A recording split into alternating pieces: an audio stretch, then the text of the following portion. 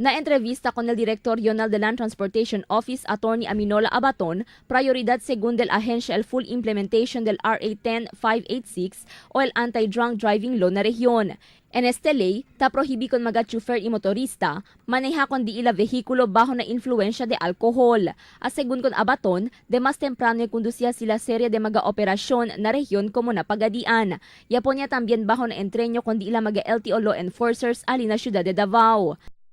Well, yung ano natin, no, yung implementation ng ating Anti-Drunk Driving Act, no, kung matatandaan natin yung ating President-elect si Duterte, meron na rin siyang pronouncement na yun nga, yung tungkol din sa mga drunk driver, no.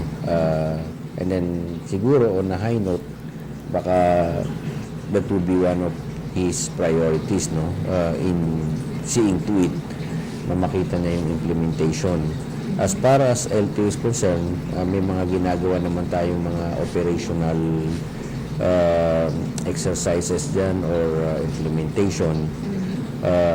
Eventually, yung ating mga breath analyzer, dumating na po din yan.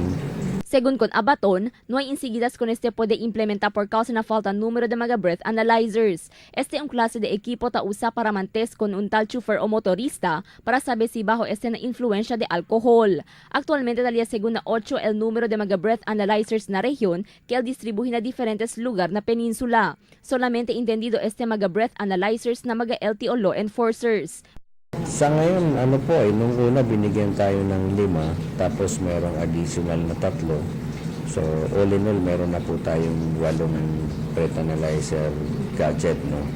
And we intend to intensify yung ating campaign eventually, dahil nga po nakalibrate na rin na po natin yan. May mga ginawa na rin pong training sa Davao yung ating mga enforcement officers. Ya reitera el Land Transportation Office el castigo si el cuhi con un chofer o motorista ta maneja bajo na influensya de alcohol. El confisca según con el lisensya del chofer na primer offense, segundo offense 1 año suspensión de lisensya y aka-3 el perpetual disqualification onde hinelamas puede sa lisensya el tal chofer. Crisel Almonía, Dateline Zamboanga.